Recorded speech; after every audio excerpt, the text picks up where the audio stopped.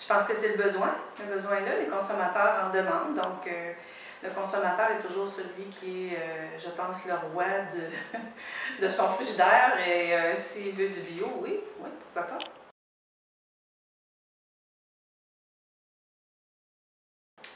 Il faut voir plusieurs modèles d'affaires en agriculture. Il faut s'actualiser à 2017.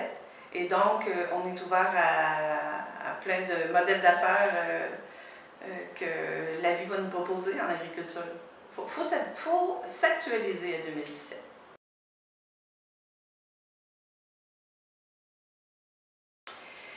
Monsieur Paradis a quitté dans des circonstances, bon, comme tout le monde sait. Son retour, il y a seulement lui qui peut le dire, s'il y a un retour imminent. Donc, moi, je vais travailler avec la personne qui va être là. Donc, présentement, c'est monsieur le député de... Monsieur Lessard. Non, mais monsieur Lessard, je ne voulais pas le nommer. Monsieur Lessard. Donc, c'est ça. C'est avec lui que je vais travailler, et monsieur Villeneuve.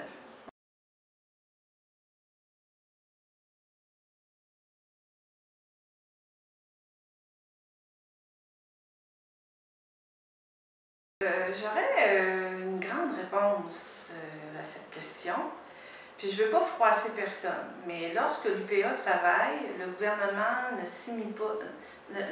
travaille pas pour changer quelque chose dans l'organisation de l'UPA. Quand on parle de loi, c'est les législateurs ici qui sont censés faire ce travail-là. Si c'est leur souhait, puis qu'ils ont des demandes à faire, qu'ils les fassent par écrit, qu'ils le déposent à la commission de la CAPERM. On en prendra avec un grand intérêt à leur demande, puis on fera le suivi. Ma deuxième réaction que j'ai dans ma tête, là, la deuxième réponse que je pourrais vous donner, c'est que ça aussi, il faut que ce soit actualisé en 2017. C'est pas la première fois que je l'ai dit, puis c'est pas non plus contre l'UPA, ce n'est pas non plus pour un autre organisme qui voudrait qu'on ouvre cette loi-là. C'est qu'il faut s'actualiser pour les producteurs agricoles à 2017. Puis moi, je suis tannée, c'est un peu comme le gouvernement qui, ça fait 40 ans qu'on se promène entre le PQ, le Parti libéral, puis qu'on parle de séparation du Québec, puis non, les méchants séparatistes, puis que les campagnes électorales sont fondées que sur ça. Quand on regarde depuis des années, c'est comme facile au gouvernement de dire ben, on va attendre, ils ne s'entendent pas, puis c'est toujours on enlève-tu la syndicalisation unique, ou on l'enlève pas, ou on le garde, ou on l'enlève-tu, ou on le garde. Ça, là, ça fait en sorte qu'on n'avance pas. On peut-tu penser à parler de d'autres choses? On peut-tu penser à aller plus loin dans nos façons de faire, dans nos façons d'agir, dans nos façons de penser, et s'asseoir, tous ensemble? Donc, c'est-à-dire que le débat doit se faire pour faire ça? Bien, le débat doit se faire, mais il doit aussi arriver à un point de départ. Je ne voudrais pas arriver à un point d'arrivée, mais à un point de départ. Mais après 10 ans, là, je vous donne comme exemple, là, il y a eu 9 rapports qui ont été déposés pour l'agriculture depuis 10 ans. Puis on finit là, le sommet des sommets des sommets. À quel moment un gouvernement va prendre l'initiative de dire que c'est maintenant que la ligne de départ, elle est là. On a l'information du milieu agricole. Pourquoi on n'en prend pas connaissance des 9 rapports depuis 10 ans qui ont été déposés? On l'actualise à 2017, puis on fait quelque chose pour avancer. Sortons des débats de syndicalisation unique ou non.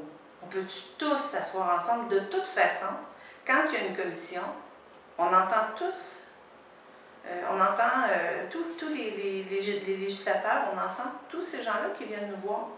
Même si ce n'est pas de l'UPA, ils déposent des mémoires, Union paysanne dépose des mémoires, on les écoute, on lit ce qu'ils nous déposent, on se fait une tête avec tout ce qu'on a comme information.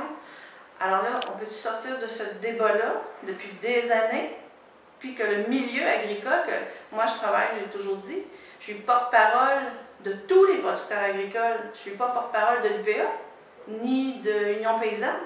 Je suis porte-parole de tous les producteurs du Québec au complet. Donc, on peut-tu travailler pour eux?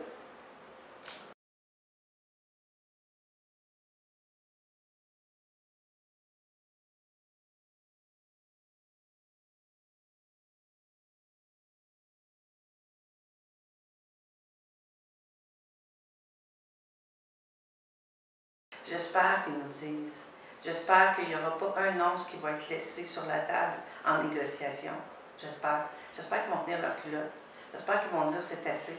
Notre gestion de l'offre au niveau du lait, ça fonctionne.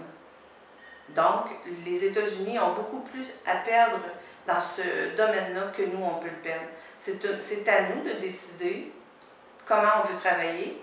Et nous, là, c'est les producteurs agricoles du Québec. Alors, c'est à eux de décider de quelle façon ils le font. Ils l'ont fait.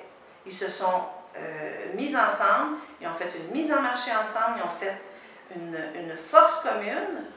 C'est ça qu'ils veulent. Ça fonctionne bien. Les gouvernements en place doivent tenir leur culotte et écouter les producteurs agricoles. Et c'est bien beau de défendre la gestion de l'offre. Mais moi, je veux défendre les producteurs agricoles. Ça va au-delà de défendre la gestion de l'offre. Parce que ça va être à quel prix? Comme je vous dis, moi, je ne laisserai pas une once sur la table. Ça serait un non catégorique. Prenez autre chose pour faire du marchandage. Il n'y en est pas question.